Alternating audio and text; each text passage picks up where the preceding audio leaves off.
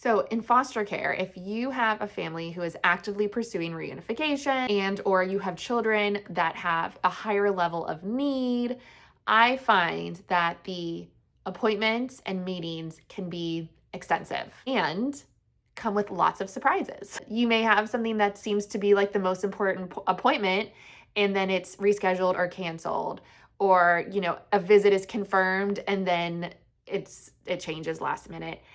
And so it's a lot to consider as you are setting up your calendar, but I want to spend just a few minutes today talking through some tips and ways to make it a little bit easier, hopefully, for you as you are processing your calendar. So first, there's 3 buckets to think about. The first is your personal calendar.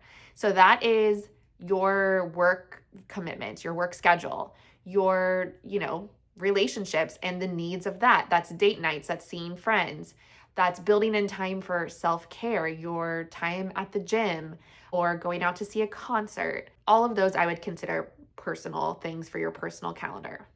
And then we fold in the foster care and child related items. So for the foster care specifically, it's dictated by what is court ordered. And so that could be 3 visits with each parent separately for 3 hours every week. And then there's also policies and procedures. So maybe every month, every 90 days, you have team meetings. You maybe have workers coming weekly, monthly. You have advocates. You have a ton of appointments that are scheduled usually within like some type of time frame. And the third bucket being all of the kid specific items. So that's medical appointments, things that come up in that way. That's extracurriculars. That's their time in school, the pickup times at daycare, drop-off times, extracurriculars, their friends' birthday parties. All of that are like the kid-related appointments. And so all of these are very important.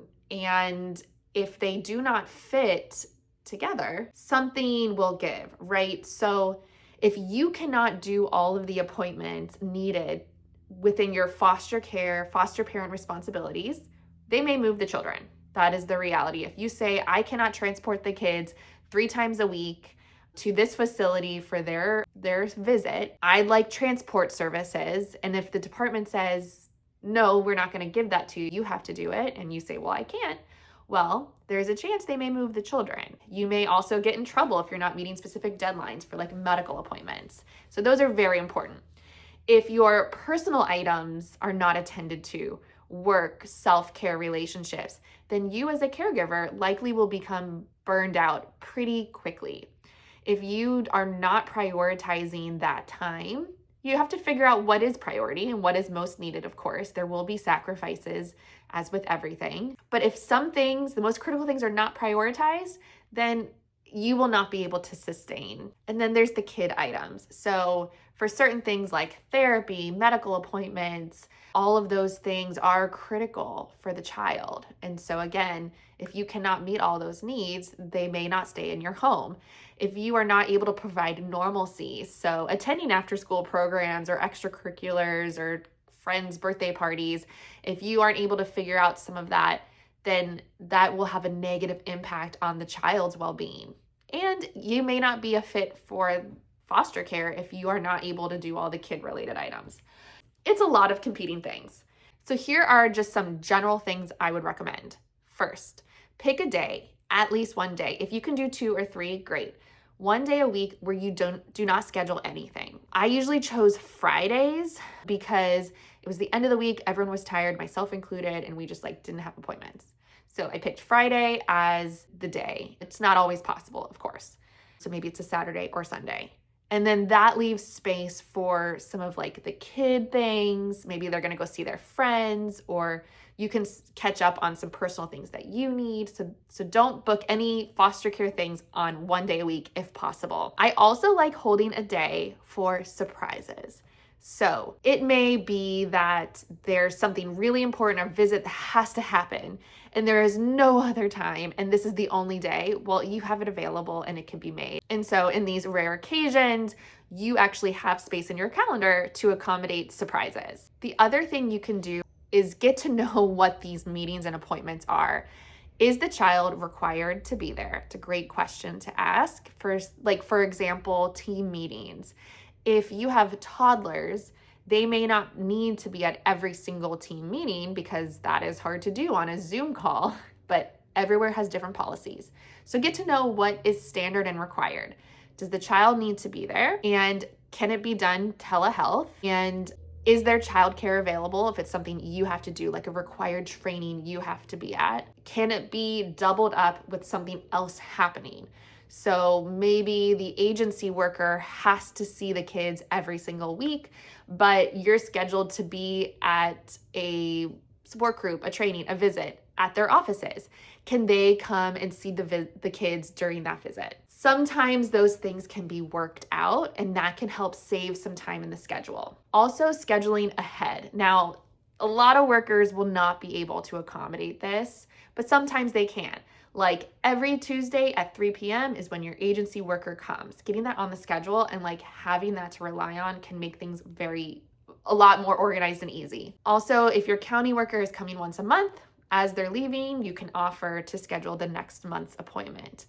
Now, workers may be like, I'll be in touch because they have a bunch of competing things in their mind too, and they have surprises and emergencies, but it doesn't hurt to ask because some workers like to work that way. And lastly, you can try to understand if things are required and mandatory and in the best interest of the child. So for example, maybe the child is being assessed for early intervention services, and maybe they've qualified for many, OT, PT, speech therapy, child development. You may want to sit down and have a priority conversation with their worker or whoever is managing those assessments. Where do you begin? Having 4 appointments a week may not be best for the child. That's a lot for the child to enter into, get to know 4 new adults, 4 new therapies. That could be a lot for them. So maybe starting with 1 or 2 for a couple months and then adding in.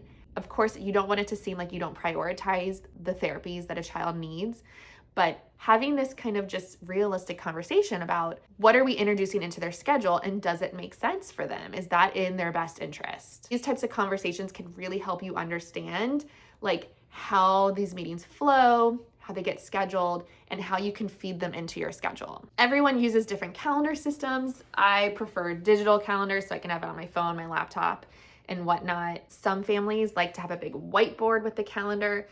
This can be really helpful if you have older youth and you want to have them have some control over the schedule so they can kind of see things visually. Just be really mindful when people unrelated to foster care come to the house, like their friends. So just make sure that the calendar is movable so that you can take it down when people are over and they're not seeing the private information about all these things. So lastly, before you go, I want to talk about having a plan B, C, and D, or however you want to, call that. Essentially, we will foreshadow for our children. We'll let them know, hey, on Wednesdays, this is going to happen, or you have this doctor's appointment.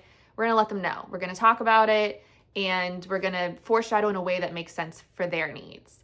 And then things will happen. Things will get canceled. A visit will be confirmed, and then it's a no-show. Or, the worker doesn't show up at their scheduled time, and you're sitting there waiting for 20 minutes, and the worker never comes. These things can be really disruptive to the youth. I don't know if triggering is the right word because it isn't necessarily like sending them into a trauma response, but it can disrupt something. It can make them dysregulated or uncomfortable or worried, especially as it relates to their parents, maybe medical procedures, or a caseworker coming to the house. If you're planning to have the worker come at 2 p.m. and they don't show, they may start to get these like ideas in their head as to what's happening. And so it's really important that we know how to, first of all, communicate these surprises and changes, let the kids know the information they need to know in age-appropriate ways, and have a plan for what's next. Sometimes, for visits with parents, if there's a no-show or a last-minute cancellation, we do need to make time just to process and for them to sit in those feelings and for you to be there as a presence or helping them process or talking them through it. In other times, it's good to just kind of move into the next thing or have a plan for something else that might be a preferred activity. So for example, if that visit is not going to happen, maybe your backup plan, as it always is go to the park. We don't want always to be our backup plan to be like, well, now we have tons of time to run errands.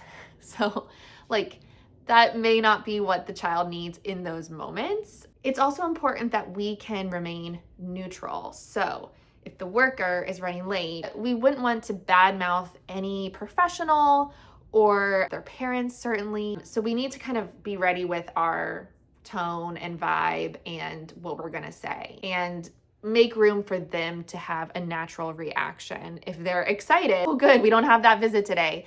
Or if they are worried or upset or like very concerned, like, well, what's going on? Where are they? We want them to have space to respond authentically and not be led by how we are responding. Of course, we can show that we're a little frustrated and I had this all planned. Okay, I need a moment to think about how we're gonna like figure out the evening. We can do things like that, and that also models how we can cope with a change and, figure out what's next.